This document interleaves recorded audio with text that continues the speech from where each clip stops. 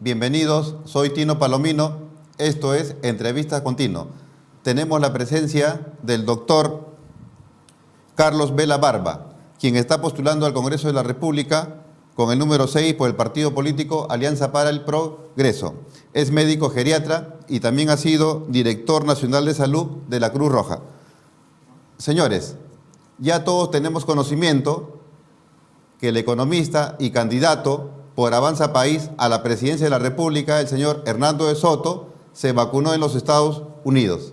Señores, el partido Avanza País tiene pues su líder, tiene sus candidatos, tiene sus militantes, tiene también sus seguidores, sus electores, y en ese mar humano hay personas pues que son jóvenes, que son adultos y otros de la tercera edad. Sin embargo, él, a pesar que dijo que no quería privilegio con respecto a la vacuna, ya se vacunó. Con esto prácticamente el mensaje ¿cuál es? Yo tengo dinero, yo tengo mi pasaporte, puedo viajar a los Estados Unidos y me vacuno. Porque eso que diga de que tiene 80 años y es población vulnerable, en el Perú, ¿cuántos millones de peruanos tienen 80 años y también son población vulnerable? Pero lamentablemente no tienen dinero para poder viajar a los Estados Unidos y poder vacunarse. El mensaje que ha dado el señor Hernando de Soto no es del todo bueno. Finalmente, esto será pues como un boomerang y afectará su candidatura a la presidencia de la República. Doctor Carlos Vela Barba, bienvenido al programa. Hola Tino, ¿qué tal? Efectivamente, creo que hay que felicitar estos espacios que lo que tratan es de contribuir a que el elector este 11 de abril pueda tener un voto informado, un voto más reflexivo y sobre todo pensando de cara al bicentenario en el futuro del país después de esta crisis sanitaria, política, económica y social que estamos viviendo. Doctor, precisamente con la finalidad de que la gente brinde un voto informado de manera clara y transparente, queremos que usted haga una pequeña semblanza de su actividad profesional, su actividad política, cómo está financiando su campaña en tiempos del COVID-19 y si tiene algún tipo de antecedente policial, penal o judicial. Sí, gracias, Tino. Efectivamente, yo soy un profesional de la salud, soy médico especialista en geriatría, o sea, en población adulta mayor. Tengo posgrados en enfermedades infecciosas y en salud pública.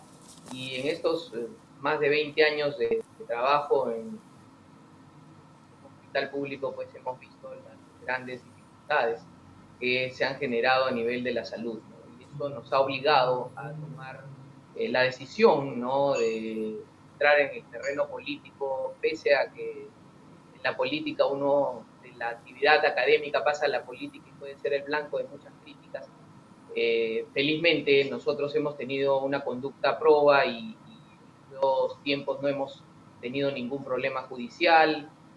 Tenemos una campaña política bastante austera que se basa en la contribución de los amigos y de las personas que creen que en el camino en el que nos hemos conocido, la persona en realidad tiene las posibilidades de cambiar esta forma de hacer política, cambiar también los rostros en la política y sobre todo llegar para trabajar y no para servirse, ¿no?, que ha sido siempre mi conducta durante toda mi actividad profesional y académica.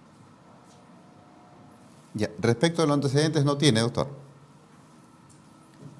Sí.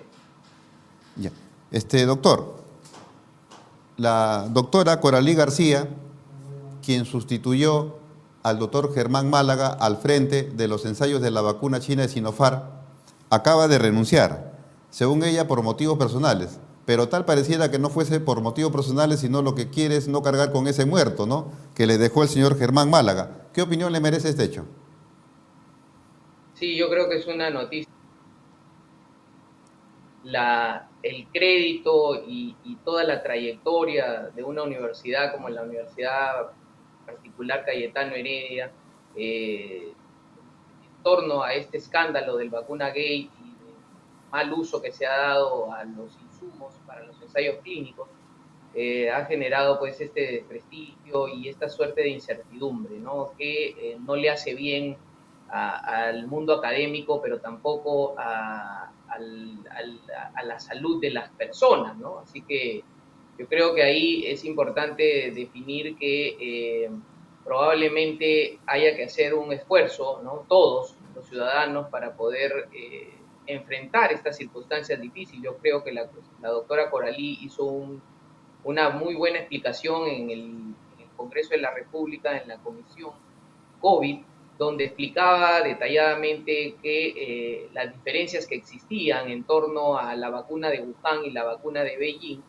para darle la tranquilidad a la población de que había un beneficio y que todos aquellos profesionales y que habían atendido la primera línea podían tener la opción de estar inmunizados y protegidos frente a una eventual lesión pulmonar, frente a eventual hospitalización y frente a una eventual necesidad de una demanda alta de oxígeno. Ya, Entonces, creo que eso que clarificó todo, ya. creo que ayudó muchísimo y nos apena que la doctora en este momento pues haya renunciado y que no le dé solidez a esta información que en realidad era importantísima para poder continuar con el proceso de vacunación y este proceso no se vea entorpecido por este tipo de información tendenciosa que se generó a nivel de los programas de televisión.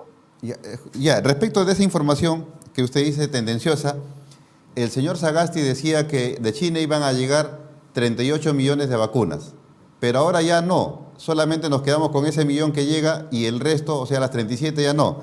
El señor Sagasti, por ejemplo, ha manifestado lo siguiente, dice, en cuanto a Sinopharm, Sagasti indicó que el trato por 37 millones de dosis se concretará una vez que este laboratorio chino entregue los documentos necesarios referidos a la efectividad de la vacuna, los cuales deben ser presentados ante la OMS.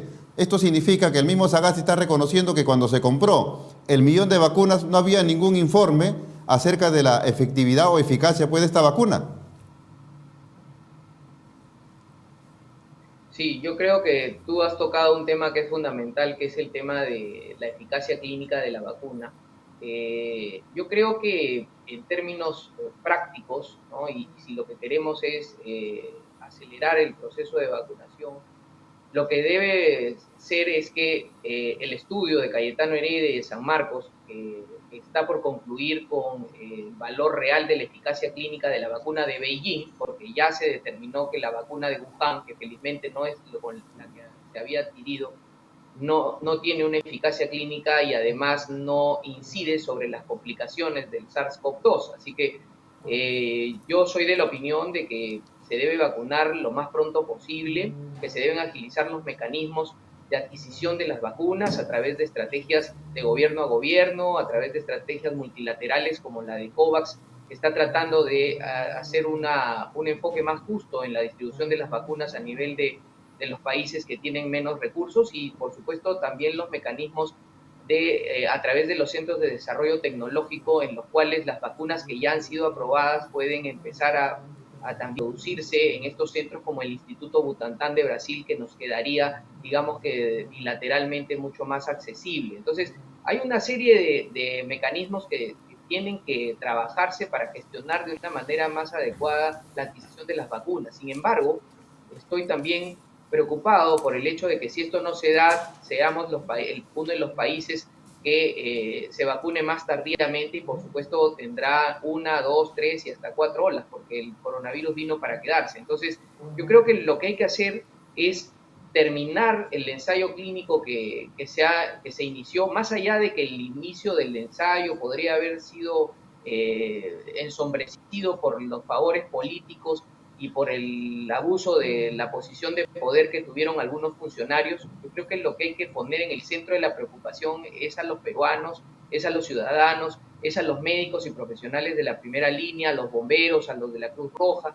que necesitan vacunarse de manera urgente en esta pandemia. Entonces, por supuesto, a los miembros de mesa.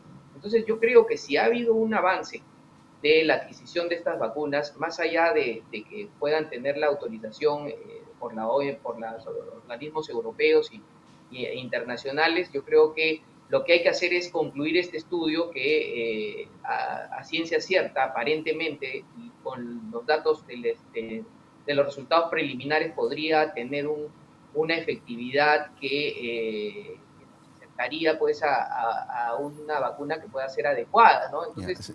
la cepa de Beijing, que es la que día se debería trabajar, esa sería la que pudiéramos tener el acceso correspondiente, ¿no? Ya Sí, se han probado estas vacunas de Sinopharm, por ejemplo, en otros lugares, y hemos visto pues que efectivamente pues hay ya algunos resultados positivos para la cepa de Beijing, más no la de Wuhan. Entonces, sí, yo creo que no hay que descartar esa posibilidad. A mí me sí. parece que tenemos que ser serios con la cantidad de muertos que estamos teniendo a nivel del Perú. Sí, pero el hecho de que tengamos una cantidad de muertos excesiva tampoco nos puede empujar a comprar pues unas vacunas que no tienen los informes correspondientes, tal como ahora lo está manifestando el señor Sagasti, ¿no? Que dice que eso de repente se verá más adelante cuando haya los informes respectivos aprobados pues, por la OMS. O sea, él mismo está reconociendo que no hay informes que avalen la vacuna china de Sinopharm. No lo está diciendo fulano, sutano, mengano, sino el presidente de la República.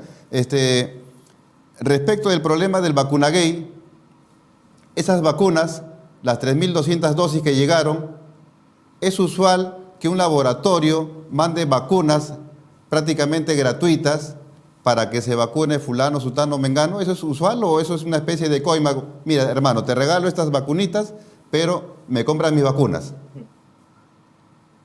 Sí, mira, en realidad los ensayos clínicos tienen sus protocolos muy bien diseñados y si no hay una aceptación del órgano rector en el tema de la certificación de la calidad y de la aceptación de las vacunas, como es el caso de la Digemid, sin duda alguna que cualquier tipo de vacuna que llegue por fuera de ese lote de vacunas que sería utilizado para el ensayo clínico es off the record y la verdad que está sujeto pues a un trato informal, por decirlo de alguna manera, y que no se ajusta a la normatividad de los ensayos clínicos ni tampoco a los protocolos, ¿no? Así que yo creo que es verdad, se tiene que investigar. Nosotros estamos muy preocupados porque se haya hecho justamente un abuso de la posición de poder para beneficiar a un laboratorio en base pues a una dádiva, que en este caso podrían ser vacunas, ¿no? Entonces, la corrupción en realidad debe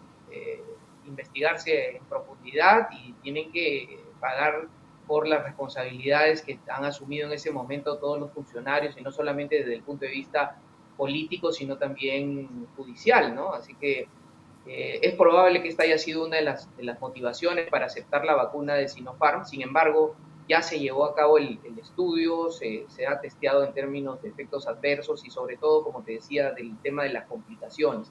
Si no tenemos opción de poder acceder a estos mecanismos que deberían estarse trabajando ya, que acabo de mencionar, que son las multilaterales como COVAX, las bilaterales como, por ejemplo, tocar la puerta de Australia, de Canadá, que tienen vacunas para 2 años, el mismo Chile, que también tiene un stock de vacunas importante, y mirar el mundo como un todo, ¿no? Y que podamos trabajar de una manera bilateral con otros gobiernos, yo creo que sería interesante. Y Ya, además, el señor, el convenio con institutos tecnológicos, como decía, como el Instituto de Brasil y la India, que también están fabricando sí, sí. vacunas. Obviamente que todo eso Este, tiene que pasar por una evaluación, ¿no? sí, en la primera ola, cuando teníamos de presidente al señor Martín Vizcarra, saltaron las deficiencias que teníamos en el sistema de salud.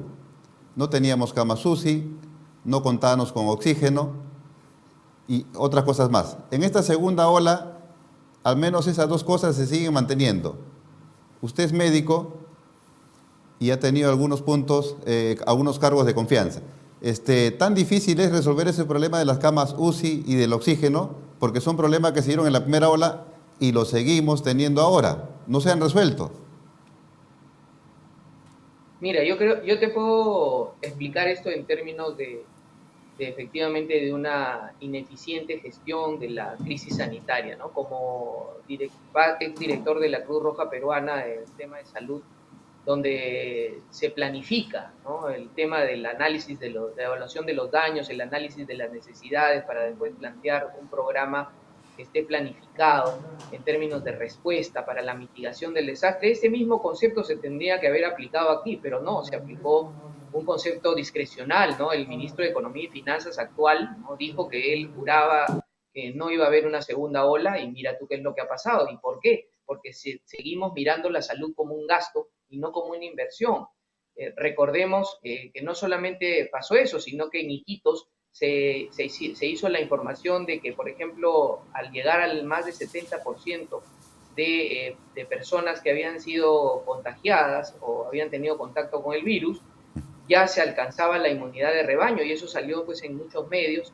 Y esto ¿qué generó? Generó pues una información tendenciosa, equivocada, falsa, de que ya no se podían contagiar los ciudadanos de Iquitos. ¿Y qué pasó después? Desmantelaron los hospitales blancos, que eran para atender a los COVID moderados, ¿no? Se los llevaron a otro sitio, pensando que ya Iquitos era la tierra del carnaval, y así ocurrió, se hizo en los carnavales, y entró la cepa por Manaos, la cepa brasilera, que muy probablemente en nuestro país tenga 14%, 40% en Lima, en AT60, pero si nosotros analizamos por vigilancia genómica, que es el mecanismo técnico para evaluar cuáles son las cepas, probablemente la cepa de Iquitos haya sido en un más de 90% una cepa, la cepa de Manaos, que ingresó y que al encontrar a las personas sin los anticuerpos para este tipo de variante, ha generado pues una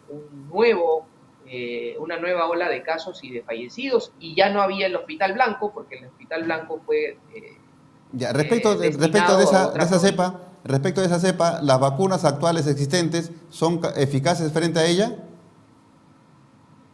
Eso no tenemos una evidencia sólida, pero lo que sí sabemos es que hay multiplicidad de respuestas en función de la vacuna. No solamente trabaja sobre un aspecto de la varianza de la cepa, sino sobre varios aspectos. Entonces, lo que sí creemos es que igualmente es probable que la eficacia clínica de la vacuna baje, ¿no? Y es por eso que estamos viendo una ola mucho más rápida de los contagios, pero también hemos visto que el número de complicaciones es particularmente el mismo. O sea, sería una cepa mucho más contagiosa, pero igual de letal que la anterior, y que encuentra a nuestros ciudadanos pues en una situación de vulnerabilidad por el tema de la pobreza, del hambre, de la falta de recursos, etcétera, ¿no? De Y, un agua saludable. Entonces, se generan sí, sindemias. hablando de la vulnerabilidad, de esos 12.000 voluntarios que se presentaron para la vacuna china del Sinopharm, hay varias personas que han fallecido. ¿A qué se debe, doctor? Bueno, yo especulo, porque esto tiene que basarse pues en el informe que es el final, no el preliminar que la doctora Coralite no presentó en el Congreso, sino el informe final, pero especulo que lo que ha pasado es que muchos de ellos han sido inoculados con la cepa de Wuhan. Entonces, lo que se tiene que hacer en este momento, porque el voluntario no le interesa o no sabe en realidad si lo que le pusieron es la cepa de Wuhan o la de Beijing, lo que ellas saben es que es de Sinopharm y es China. Y entonces, lo que se tiene que hacer urgentemente es levantar el ciego del protocolo de investigación, y eso sí se puede hacer cuando se cautela la vida de las personas. Entonces, lo que hay que hacer en este momento de manera urgente es levantar el ciego, y todas aquellas personas que fueron inoculadas con placebo o fueron inoculadas con la cepa de Wuhan tendrían que estar vacunadas el día de mañana para poder cautelar que en realidad pues tengan esa protección mínima, aunque sea para las complicaciones, ¿no? No sabemos si Sí, la la verdad eficacia que clínica. sí, la verdad que pienso que no lo van a hacer, porque estas personas que han muerto, incluso sus familiares han estado yendo pues, al Hospital Cayetano Heredia, porque según el protocolo, si es que ellos se infectaban, iban a ser los primeros en ser atendidos, y prácticamente los han dejado a su suerte, así es que les pongan la vacuna está un poco difícil, doctor. Doctor, leyendo el plan de gobierno de Alianza para el Progreso, ahí se dice una serie de males que tiene nuestro sistema de salud y que ustedes van a hacer que tengamos un sistema de salud de primer orden. ¿Cuáles van a ser esos ejes para lograr tener un sistema de salud de primer orden a nivel mundial? Mira, efectivamente nosotros aspiramos a un sistema de salud que sea unificado, ¿no? El gran problema de la respuesta sanitaria en esta pandemia ha sido justamente este Frankenstein que es el sistema de salud, que está completamente fragmentado y desarticulado, ¿no? Así que nosotros lo que planteamos es un sistema de salud que tenga una óptica diferente, no hospitalaria, que es donde se han agolpado la mayoría de los pacientes esperando una cama UCI o con sus balones de oxígeno en las calles, viendo pues un escenario apocalíptico que no corresponde para ninguna persona que se precie de ser un ciudadano, ¿no? Entonces, creemos que la fórmula es privilegiar la atención primaria de la salud a través del fortalecimiento del primer nivel de atención, que son los centros de salud, las postas médicas, de manera que se genere pues un shock de inversiones en términos de trabajar en el primer nivel de atención y estas postas y centros médicos se articulen a través de redes efectivas con los hospitales, ¿no? Entonces nosotros no tenemos la lógica hospitalaria, tenemos la lógica más del primer nivel de atención. Creemos que la comunidad tiene que sumarse a este trabajo a nivel de la lucha comunitaria, no solamente contra el coronavirus, sino también en la organización comunitaria y en los centros de salud se ponen las vacunas para los niños. En los centros de salud se trabaja el tema de la salud mental comunitaria que está tan abandonada y que está generando pues tantos problemas de salud mental. Se trabaja también el tema de la malnutrición infantil y la lucha contra la anemia, ¿no? Entonces, se trabajan los COVID incluso leves a moderados, de tal manera de que no atiborren los hospitales. Entonces, fíjate el gran peso específico que tiene el primer nivel de atención y lo poco que se ha hecho, porque cuando apareció la pandemia todo fue COVID, todo fue hospital y se desarticularon los centros de salud y el primer nivel de atención, ¿no? Todos fueron, todos los esfuerzos y el presupuesto se dedicó al ámbito hospitalario, ¿no? Y no se trabajó el tema de la prevención. Y entonces creo que ahí, dotando de hospitales temporales el primer nivel de atención y de centros de salud temporales, lo que se puede hacer es después transformarlos en centros de atención primaria, ¿no? Que sean exclusivamente para esto y entonces darle una lógica territorial a la atención de la salud y no una lógica relacionada con dónde trabajas, ¿no? Si no trabajas, vas al CIS, si trabajas, vas a salud y si eres de las Fuerzas Armadas, vas a los hospitales de las Fuerzas Armadas y dependes de ese pliego. Entonces, y ahí el presupuesto, lógicamente, es variable. Así que yo creo que si nosotros empezamos a mirar la salud desde una perspectiva más integral y más de primer nivel, habremos encontrado la respuesta no solamente a la lucha contra esta crisis sanitaria, sino también habremos sentado las bases de una reforma que mire la salud, como vuelvo a repetir, como una inversión y que se le dote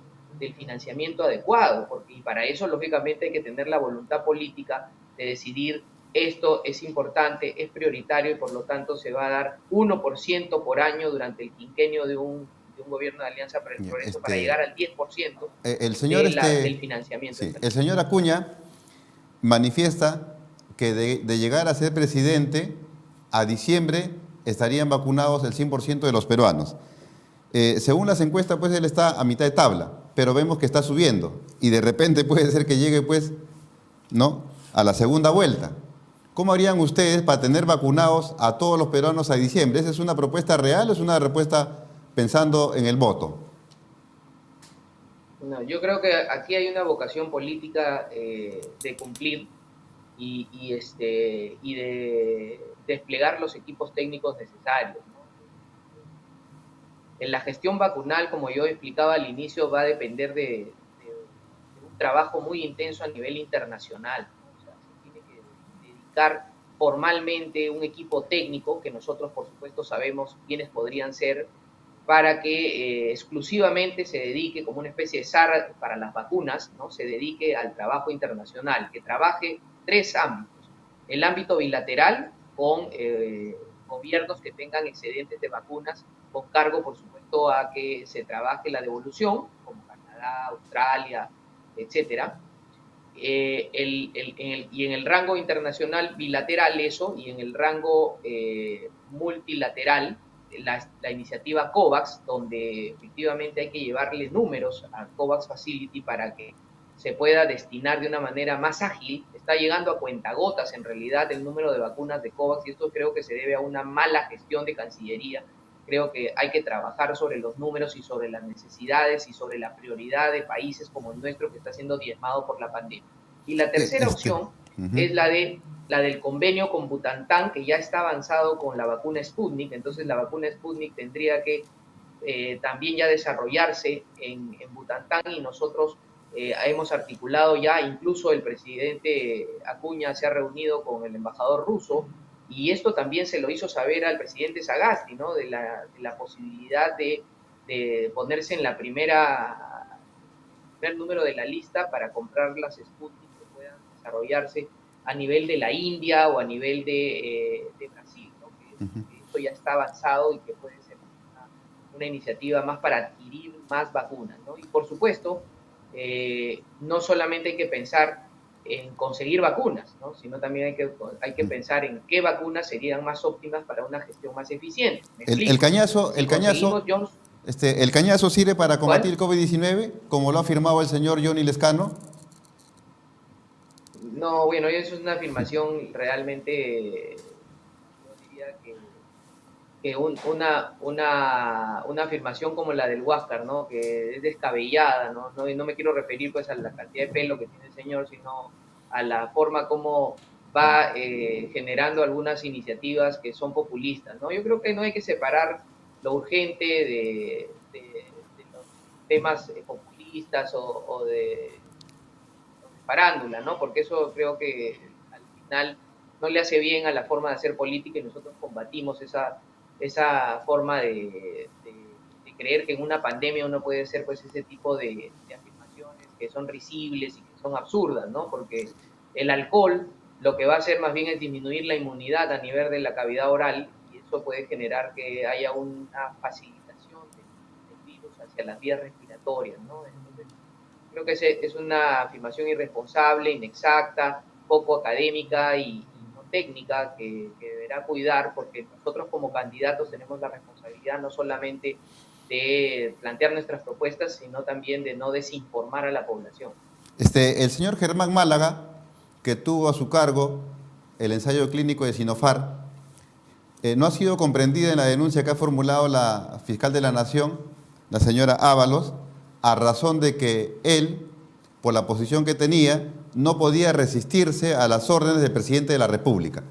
Le pregunto, ¿ustedes como personal del área médica están obligados a cumplir con una orden así sea ilegal del presidente de la República?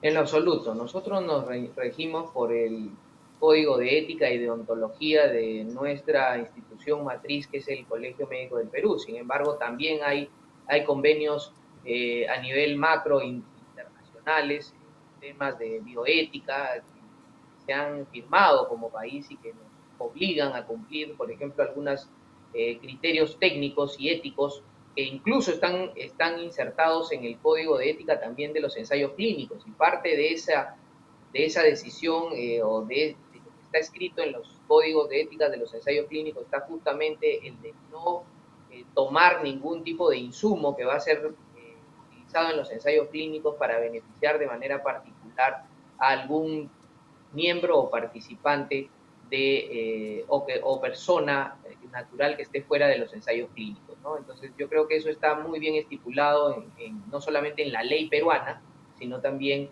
en el código de ética de los propios ensayos clínicos que rige a nivel mundial, ¿no? Así que yo creo que ahí no hay una justificación en Sí, pues orden lo que de pareciera ahí haber es sido que, obligado. sí, lo que pareciera ahí es que más bien la señora fiscal de la Nación está protegiendo a todas esas personas que hasta ahora no sabemos, porque no apareció en la segunda lista, que también se vacunaron con esta vacuna, ¿no? Y de ser comprendido el señor Germán Málaga, de repente se va de boca y revela pues el nombre del 100% de las personas que accedieron a esa vacuna. En plena pandemia hemos tenido conocimiento que en el Ministerio de Salud se dieron compras sobrevaluadas. En el Ministerio del Interior lo mismo y lo peor en la Contraloría General de la República, que es la que tiene que velar para que estas cosas no sucedan. Dentro del partido político Alianza para el Progreso, ¿cuáles son las medidas que van a adoptar para combatir la corrupción?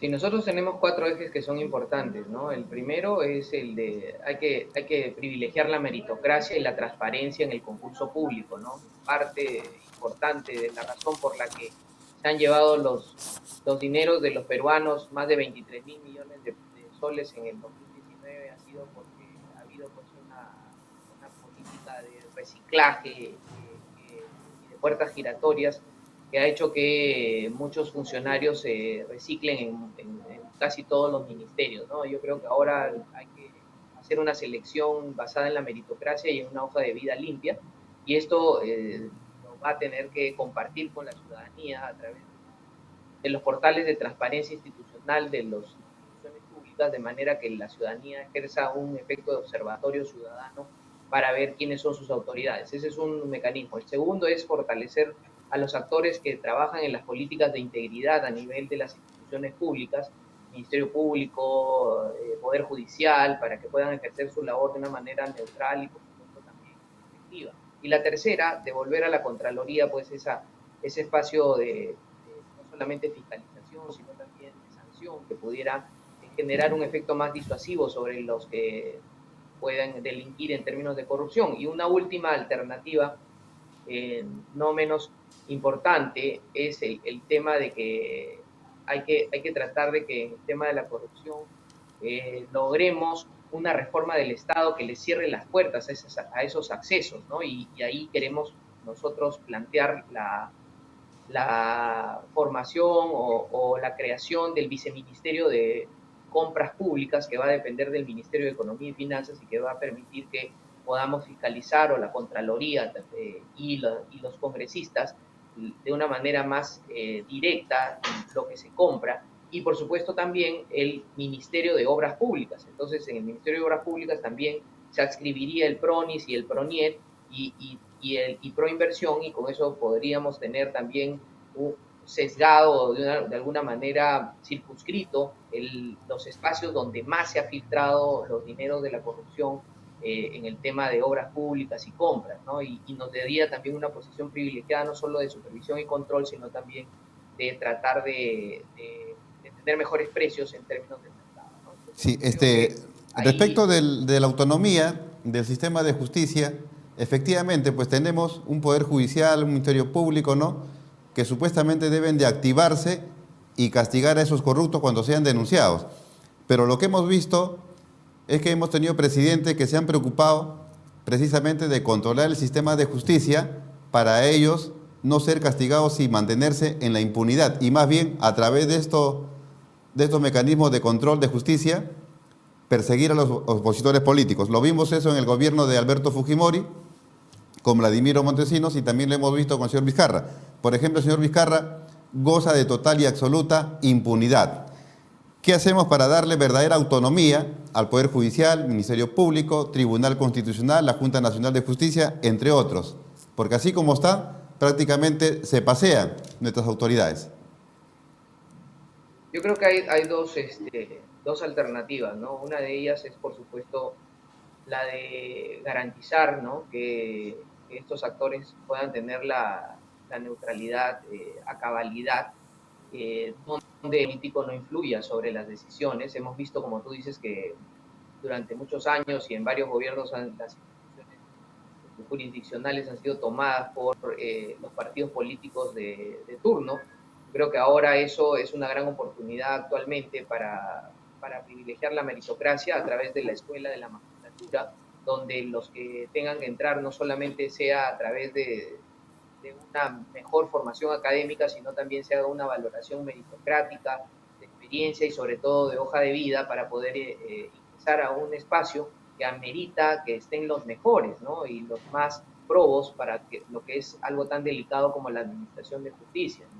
Entonces creo que en el tema de la meritocracia, la cosa pública, tenemos que trabajar de manera intensa para devolverle a los ciudadanos instituciones sólidas, que no estén tomadas por la corrupción, sino más bien que piensen que servir al ciudadano es el verdadero eje de su trabajo, ¿no? Entonces yo creo que hay que mirar por ese lado, y por supuesto hay que endurecer las penas, ¿no? Tenemos un ambicioso proyecto de modificación del Código Penal y el Código Civil, que también aborde modificaciones, reformas en términos de lo que significaría pues las sanciones a estas personas. Son muertes civiles, una opción, las puertas giratorias no de 1 o 2 años, sino para siempre, y por supuesto castigar con también la reparación civil adecuada si han incurrido en tomar los recursos públicos, ¿no?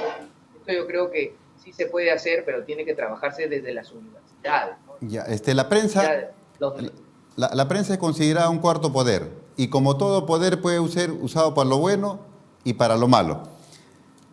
Acá en el Perú tenemos una prensa a la cual se le ha denominado la prensa mermelera, que prácticamente es subvencionada y controlada con los gastos de publicidad que maneja a su antojo pues, el Ejecutivo. Por ejemplo, el señor Merino, cuando asume el poder, lo hace en base a los mecanismos constitucionales.